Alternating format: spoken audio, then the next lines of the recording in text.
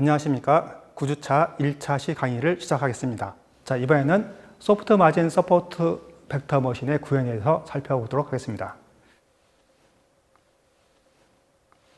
소프트 마진에는 슬랙 변수가 사용된다고 했습니다. 이 슬랙 변수는 각 데이터 인스턴스마다 정의되므로 m개의 데이터 인스턴스가 있으면 각각에 대해서 zi가 존재하게 됩니다. 슬랙 변수가 하는 일은 각각의 데이터가 -1과 +1 사이에 범위를 갖는 마진 안으로 들어갈 수 있는 정도를 의미합니다. 그러니까 하드 마진이라면 이 슬랙 변수 zi가 모두 0이고요. 소프트 마진 같은 경우는 이 zi가 0이 아닌 놈이 존재한다는 뜻이 되겠습니다. 슬랙 변수에 의해 각각의 데이터 인스턴스에 대해 제약 조건이 다음과 같이 변경됩니다. 제약 조건을 보시면 이번에는 wtx 플러스 b가 1보다 크거나 같다 해서 1-zi보다 크거나 같다로 변경됩니다. zi가 0이 아닌 놈이 존재하는 것을 허용한다. 그런 의미가 되겠습니다. 이 내용을 그림으로 나타내면 아래 그림과 같습니다. 각각의 데이터 인스턴스는 마진 밖이나 안에 존재할 수 있는데 마진 내에 많이 파고 들어올수록 슬랙 변수의 값이 커지는 것을 말합니다. 그래서 좋은 분류를 위해서는 슬랙 변수를 최소로 만드는 최적화 문제를 풀어야 됩니다. 자, 그러면 그림을 살펴보겠습니다. 그림을 보시면은 분리 경계면 wtx 플러스 b는 0을 보여주고 있고요. 그리고 마진이 wtx 플러스 b는 1과 wtx 플러스 b는 -1을 나타낸 면을 마진으로 표현하고 있습니다.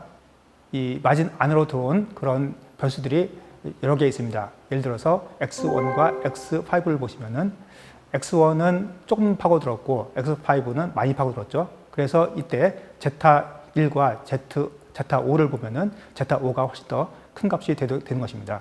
우리가 소프트 벡터 머신에서는 이런 슬랙 변수를 최소로 하면서도 이 마진을 최대로 크게 확보하는 것이 목표가 되겠습니다. 자, 이 내용을 수식으로 표현하자면 원래의 최적화 문제였던 wtx를 최소로 만드는 문제와 함께 zi에 대한 총합을 최소화하는 문제를 동시에 풀어야 합니다. 자, 다시 공식을 정리하면은 최적화하는 대상은 2분의 1 wt 곱하기 w 플러스 c 시그마 zi가 되겠습니다. 이때 wtw는 마진을 나타내는 값이고 오른쪽에 붙어 있는 시그마 zi에 있는 슬랙 변수들의 합이 되겠습니다. 또 제약 조건으로는 m개의 데이터 인스턴스 xi 모두에 대해서 wtxi 플러스 b가 1-zi보다 크거나 같은, 그러니까 분류를 제대로 할 수 있느냐 하는 그런 제약 조건이 되겠습니다. 자, 그렇다면은 우리가 최적화 조건에서 zi 앞에 c라고 하는 제어 변수가 붙어 있습니다. 이 c라고 하는 제어 변수가 0이라면 슬랙 변수 0에 대한 최적화가 전혀 이루어지지 않을 것이며 이 값을 크게 두면 슬랙 변수를 최소화하는 일이 더 큰 비중을 갖게 될 것입니다. 그래서 우리가 SVM을 학습시킬 때 하이퍼 파라미터 C가 상당히 중요한 역할을 합니다. 그래서 이 슬랙 변수를 어느 정도 허용할 것인가에 대해서 C 값을 가지고 우리가 제어를 할 수 있게 됩니다. 자, 그러면 이렇게 서포트 벡터 머신이 풀어야 하는 최적화 문제는 잘 알려진 2차 계획법, 쿼드라틱 프로그래밍 기법을 통해서 풀 수가 있습니다. 선형 계획법은 다양한 선형 제약 조건을 만족하면서 선형인 목적 함수를 최적화하는 파라미터를 찾는 것입니다. 제약 조건이나 목적 함수가 선형이 아닌 경우 최적화는 비선형 최적화라고 합니다. 비선형 최적화 중에서 제약 조건은 선형이면서 목적 함수가 2차 형식인 경우의 해를 구하는 방법을 2차 계획법이라고 하고 서포트 벡터 머신의 최적화가 대표적입니다. 그러니까 이렇게 비선형 최적화 문제를 풀기 위해서 우리가 사용하는 쿼드라틱 프로그래밍, 그러니까 2차 계획법 같은 경우는 계산이 복잡하고 쉽지가 않아서 전문가들이 해결을 해야 됩니다. 그런데 다행히 사이킷런 같은 경우에서는 이러한 쿼드라틱 프로그래밍을 통해서 서포트 벡터 머신의 해를 구하는 그런 프로그램들이 이미 다 만들어져 있습니다. 그래서 우리가 활용할 수 있는 것이고요. 그래서 이 서포트 벡터 머신의 최적화 문제를 푸는 방법은 굉장히 큰 어떤 행렬 계산과 그 행렬의 역행렬을 구하는 문제들이 포함되어 있기 때문에 약간의 그 계산에서 오차가 생길 수가 있습니다.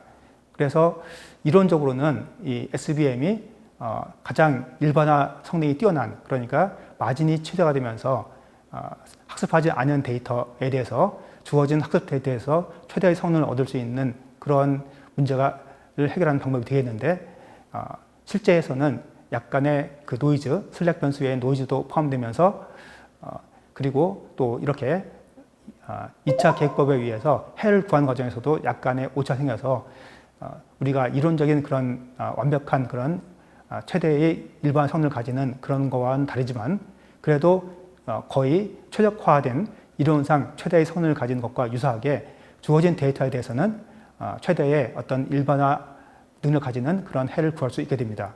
어떻게 보면은 데이터가 충분히 많이 주어지면서 그리고 문제가 복잡하지 않다면은 이 SVM이 가장 좋은 일반화 성능을 가질 수 있다고 볼 수가 있겠습니다. 그래서 아까 제가 말씀드린 것처럼 문제가 많이 복잡하지 않다면은 이 SVM의 적용을 검토해 본 것도 좋은 방법이 되겠습니다. 자, 이제 scikit-learn을 이용해서 서포트 벡터 머신을 한번 구현해 보겠습니다. 자, 코드를 보겠습니다.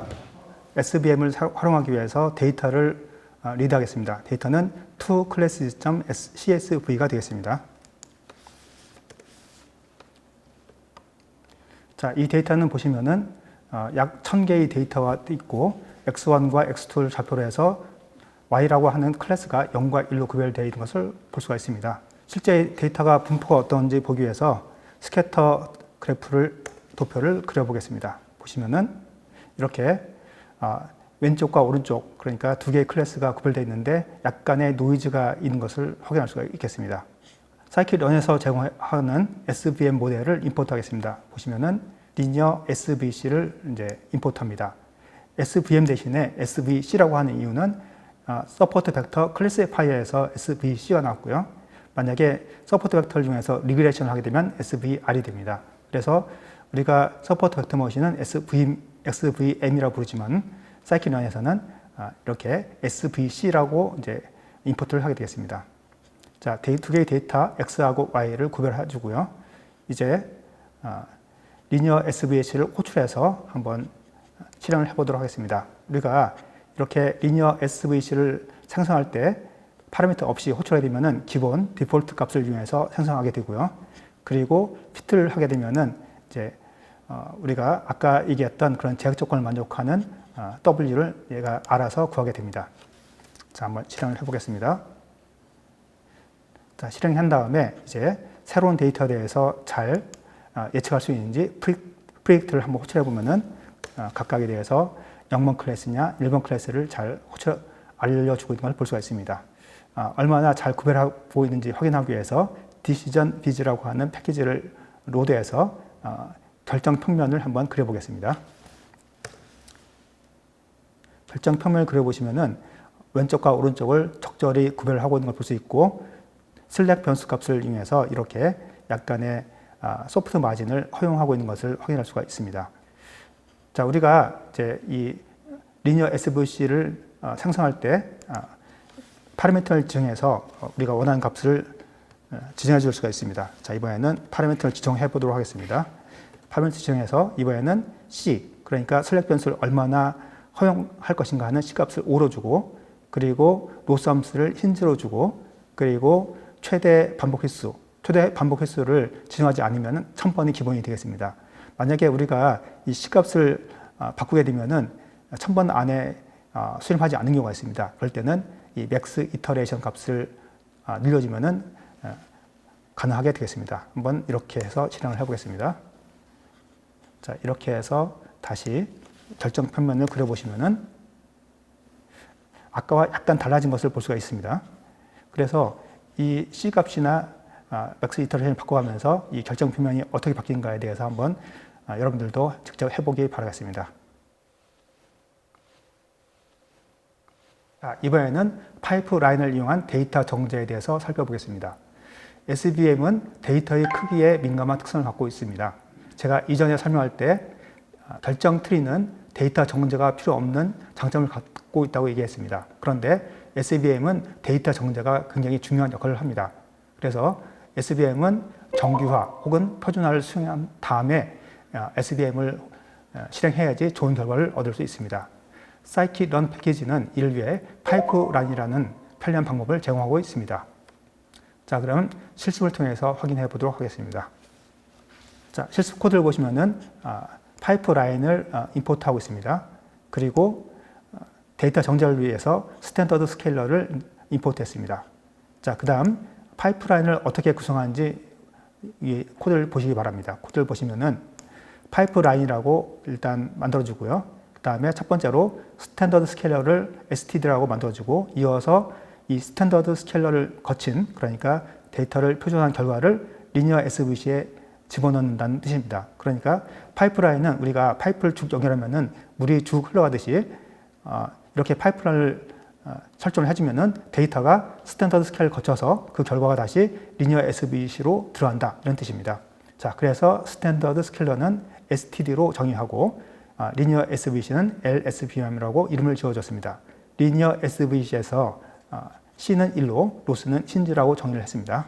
자, 이렇게 해서 만들어진 이 SVM STD에 대해서 fit 함수를 호출하게 되면은 스탠더드 스케일을 거쳐서 표준화한 데이터에 대해서 서포트 벡터 머신이 구성됩니다. 자, 한번 실행을 하고요. 자, 그러면은 다시 결정 표면을 그려서 잘 하고 있는지 확인하도록 하겠습니다. 자, 그래서 이번에는 데이터를 정규한 후에 결정 표면을 보여주고 있는데 이전보다 좀 나아진 것을 확인할 수 있습니다. 그래서 이 예제 같은 경우는 이렇게 데이터 정제의 효과가 그렇게 확연하게 드러나지 않지만은, 만약에 여러분들이 실제 데이터들이 특성이 첫 번째 속성에 대해서는 0부터 1 사이 값을 가지고, 두 번째 속성 같은 경우는 뭐 마이너스 만부터 플러스 만까지 값을 가진다든지, 이렇게 굉장히 그 속성별로 편차가 심하다, 이런 경우에는 그냥 했을 때하고 이렇게 정제를 해서, 그러니까 표준화를 한 다음에 SVM을 돌렸을 때 차이가 굉장히 큰 것을 확인할 수 있을 것입니다. 자, 이번에는 다항 특정 변환을 통한 비선형 서포트 벡터 머신의 구현에 대해서 살펴보겠습니다. 우리가 다항 회귀에서 사용했던 폴리노미얼 피처스는 데이터 정제 단계이므로 학습 알고리즘에 관계없이 쓸 수가 있습니다. 아래 그림을 살펴보시면은 입력 공간 X에 데이터들이 분포가 있는데 두 개의 클래스가 양쪽으로 분리되어 있어서 하나의 직선으로는 구별할 수 없음을 알 수 있습니다. H1을 사용하더라도 데이터가 완벽히 분리되지 않고 H2를 사용하더라도 역시 마찬가지입니다. 자, 그렇다면은 이런 입력 공간을 X와 X제곱으로 변환한 공간이 오른쪽 가운데 그림입니다. 가운데 그림을 보시면은 X와 X제곱으로 입력 공간을 확장하면서 이제는 어떤 하나의 직선 H로 두 개의 클래스를 잘 구별할 수 있음을 알 수 있습니다. 이 두 번째 그림을 다시 1차원 공간에서 보면은 원래 데이터를 이렇게 비선형으로 구별할 수 있음을 알 수 있습니다. 어떤 낮은 차원에서 데이터가 선형 분리가 불가능한 비선형인 경우에 입력 공간을 더 고차원으로 확장하면은 선형으로 분리 가능한 그런 문제로 바뀌게 됩니다. 그래서 우리가 폴리노미얼 피처를 이용해서 비선형 문제를 조금 더 쉽게 풀 수가 있게 되겠습니다. 이전에 사용했던 파이프라인 기법을 이용해서 입력 데이터의 다항 특징 변환을 포함하면서 문제를 해결하는 방법을 실습을 해보도록 하겠습니다. 자, 실습 코드를 보시면 파이프라인을 구성하는데 스탠더드 스케일러를 제일 처음에 적용하고, 이어서 폴리노미얼 피처스는 디그리는 5, 그러니까 5차 다항치로 확정을 한 다음에 리니어 SVC를 호출하는 그런 방식으로 파이프라인을 구성한 것을 확인해 볼 수 있습니다. 그런 다음에 피트를 통해서 학습을 시키고, 그리고 다시 결정 표면을 그려보는 그런 방법이 되겠습니다. 자, 이렇게 해서 실행을 해보면은 결정 표면이 이제는 폴리노미얼 피처를 사용하면서 직선이 아니라 이렇게 곡선으로 된 것을 볼 수 있고, 이전보다 조금 더 발전된 모습을 확인할 수 있습니다. 자, 이번에는 비선형 SVM을 이용한 데이터 분류에 대해서 실습을 해보도록 하겠습니다. 자, 이번 문제는 원래의 입력 공간에서는 선형 분리가 불가능한 경우에도 입력에 대해서 다항 변화를 수행해서 더 높은 차원에서 선형 분리가 가능할 수 있는 그런 데이터들에 대해서 실습을 해본 것입니다. 자, 실습 코드를 보겠습니다. 자, 이번에는 twisted data.csv를 로드하도록 하겠습니다. 데이터를 로드하고, 이어서 이 데이터를 한번 스캐터 그래프로 출력을 해보겠습니다.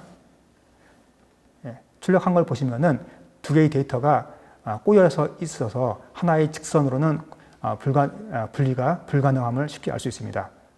자, 그렇다면 이런 문제를 해결하기 위해서 폴리노미얼 피처스를 이용하는 파이프라인을 구성해서 해결을 해보도록 하겠습니다. 자, 그래서 리니어 SVC, 파이프라인, 스탠더드 스케일러, 폴리노미얼 피처스, 그리고 그림을 위한 디시전 비즈까지 다 임포트를 하겠습니다. 자, 그리고 파이프라인을 구성하겠습니다. 파이프라인은 스탠더드 스케일러, 이어서 폴리노미얼 피처, 이 경우는 역시 5차까지 하도록 하겠습니다. 그리고 리니어 SVC인데 C는 1로, 로스는 신지로 설정합니다. 그리고 피트를 통해서 학습을 시키고 또 결정 평면을 다시 디시전 비즈로 그려보도록 하겠습니다. 이렇게 해서 그려보면은 이렇게 비선형 문제를 정말 트위스트, 이렇게 꼬여 있는 두 개가 약간 겹치면서 꼬여 있는 상당히 어려운 문제를 정확히 결정 평면을 잘 찾고 있는 것을 확인할 수 있습니다. 자, 이번 주제는 커널 트릭을 이용한 비선형 서포트 벡터 거신이 되겠습니다. 다항 특징 변화를 사용할 경우 차수가 높아지면 입력되는 특징 벡터의 차원이 급격히 높아지는 문제가 있습니다. 그러면은 쿼드라틱 포뮬 기법을 통해서 문제를 해결할 때 오차, 오류가 굉장히 커지게 됩니다. 그래서 좋은 성능을 얻을 수 없을 수 있습니다. SVM은 이러한 문제를 피하고 효율적인 비선형 분류를 하기 위해 커널 트릭이라는 것을 사용할 수 있습니다. 이 커널 트릭이라고 하는 것은 최적화 문제의 쌍대성과 관련이 되어 있습니다. 쌍대성에 의하면 최적화 문제는 원래의 문제, 그리고 쌍대 문제로 다룰 수 있는데 SVM은 쌍대 문제를 풀면 원래의 문제의 해도 같이 얻을 수 있는 종리 문제입니다. 그러니까 우리가 어떤 원래 문제가 주어졌을 때 이 문제를 해결하기 위해서 그 문제 자체가 풀기 어렵다면은 그 문제에 해당되는, 그러니까 연결되는 또 다른 쌍대 문제를 만들어서 이 쌍대 문제를 해결하면 원래 문제의 해를 얻을 수 있는 그런 원리입니다. 조셉 루이 라그랑주는 목적함수 f와 등식 제한 조건 g는 0이 있을 때 목적함수가 최적화되는 곳은 f와 g의 길이가 같은 지점이라는 것을 발견했습니다. 즉 델타 f는 람다 델타 g인 이곳을 해가 된다. 이때 람다를 라그랑주 승수라고 부릅니다. SVM의 쌍대 문제는 SVM의 라그랑주 함수를 도입하고 이 라그랑주 함수에서 델타 f는 람다 델타 g임을 이용하여 라그랑주 함수를 파라미터 w와 b에 대해 편비분한 값이 모두 0이 되게 하여 라그랑주 승수와 입력만으로 표현되는 최적화 문제를 얻어서 해결하는 방법입니다. 자, 이제 쌍대 문제를 해결하는 아래쪽 식을 살펴보시면 시그마가 i는 1부터 m, j는 1부터 m, 그러니까 m의 제곱개만큼의 수식을 계산하고요. 그 안에 보시면 다시 xit 곱하기 xi, 즉 x의 내적을 계산하는을 알 수가 있습니다. 이렇게 쌍대 문제의 식을 보시면 쌍대 문제의 계산 복잡도는 데이터 인스턴스의 개수의 제곱에 영향을 받는다는 것을 알 수 있습니다. 쌍대 문제로 풀면 데이터 인스턴스의 개수는 증가하지 않지만 내적 연산 xt 곱하기 xi의 차원이 증가합니다. 하지만 쌍대 문제에서는 특징 데이터의 차원이 증가해도 내적 계산 시간이 증가하지 않도록 하는 커널 트릭이 존재합니다. 커널 트릭을 이해하기 위해 2차 다항 특징 변환을 수행 함수를 phi라고 합시다. 자, 그렇다면 x가 x1과 x2라고 두 개가 있다고 가정한다면 phi of x는 2차 다항 특징 변환이므로 x1의 제곱, x2의 제곱, ax1 그리고 x2로 구성되는 벡터라고 볼 수가 있습니다. 이때 a는 해당 차원의 크기를 조절하는 개수가 되며 이 값을 루트 2로 둔다면 phi of x는 x1 제곱, x2의 제곱, 루트 x1, x2로 구성되는 벡터가 되겠습니다. 자, 이것은 제일 아래쪽에 있는 식처럼 phi of x의 t와 phi of x를 곱하는, 즉 2차 다항 변환을 한 것에 대한 내적을 구한다는 것은 각각에 대해서 실제로 두 벡터의 내적을 구해보면 x1t, x의 내적의 제곱이 됩니다. 2차 다항을 하기 위해서 구한 벡터를 보시면 4개의 벡터로 늘어났죠. 그래서 이 4개 벡터에 대한 내적을 구했는데 xt와 x, 즉 두 개의 원소를 가지는 벡터의 내적을 구한 다음에 그것의 제곱을 구한 것이 되겠습니다. 그래서 크게 본다면, 다시 본다면 만약에 어떤 phi가 원래 주어진 벡터를 굉장히 많은 차원으로 확장한다. 그러면 그거에 대한 내적을 구할 때는 굉장히 많은 계산량을 포함하게 됩니다. 그러니까 왼쪽에 있는 파이 xt 곱하기 파이 x 이 값을 계산할 때 굉장히 많은 계산이 포함되게 됩니다. 그런데 오른쪽을 보시면은 그냥 x와 xtx, 즉 x의 내적을 구하는 것은 굉장히 쉬운 일입니다. 그러니까 우리가 어떤 고차원 변환을 수행한 다음에 그것을 내적을 구하는 일이 그냥 원래 xtx, 즉 원래 공간에서의 내적을 구하는 문제로 바꿔지게 된다는 것이 바로 커널의 장점입니다. 자, 다시 설명한다면 특징 벡터의 차원을 늘릴 필요가 없다는 뜻입니다. 다항 특징 변환으로 얻어지는 고차원 데이터를 사용하는 것이 아니라 원래 입력들 사이에 내적을 구한 뒤 그 결과만 작업해도 동일한 값을 갖는다는 것이 바로 커널 함수의 장점입니다. 그래서 이것을 일반화하면은 다항 특징 변환뿐만 아니라 다양한 그런 비선형 변환을 할 때 그 중에서 이렇게 원래 공간에서의 내적을 통해서 고차원 변환의 내적 값을 구할 수 있는 이런 함수들의 집합을 바로 커널 함수라고 하는 것입니다. 이러한 커널 함수의 대표적인 것으로 다항 커널은 제일 마지막 식과 같습니다. 마지막 식을 보시면 k of xi, xj는 감마 xit 곱하기 xj 플러스 r이 d제곱이 되겠습니다. 매개 변수로 중요한 값이 바로 d. 그러니까 이 커널 함수의 중요한 파라미터가 바로 d, 몇 차원으로 할 것이냐가 되겠습니다. 자, 이러한 커널 함수는 대표적인 것으로 다항 커널을 살펴보았지만 실제로 가장 많이 사용되는 커널 함수는 레이디얼 베이시스 펑션이라고 하는 것입니다. 이 레이디얼 베이시스 펑션 RBF 함수는 멕시칸 햇 또는 중절 모자처럼 생긴 그런 함수입니다. 그래서 익스포넨셜 함수를 통해서 구성되는 이 RBF 함수는 실제 문제에서 아주 좋은 해결책을 주기 때문에 실제 SVM의 커널 함수로 가장 많이 사용되는 함수입니다. 자, 그러면은 이런 커널 트리를 이용한 비선형 SVM에 대해서 실습을 통해서 살펴보도록 하겠습니다. 자, 실습 코드를 살펴보겠습니다. 실습 코드에서는 이전에 사용했던 트위스티드 데이터를 로드해서 사용합니다. 자, 이번에는 커널 트릭을 사용하기 위해서 이 SVC를 로드합니다. 아까 리니어 SVC 같은 경우는 선형 SVC이기 때문에 이렇게 커널 트릭을 사용할 수 없고 커널 트릭을 사용하기 위해서는 일반적인 SVC를 임포트하게 됩니다. 자, 이제 파이프라인을 구성하는데 스탠더드 스케일을 거치고 이어서 SVC를 거칩니다. 이 SVC에서는 C를 10으로 하고 그러니까 슬랙 변수를 제어하는 C 값을 10으로 하고 커널을 지금은 폴리로 했습니다. 폴리는 방금 설명했던 그 다항 커널 얘기합니다. 그리고 디그리는 4로 했습니다.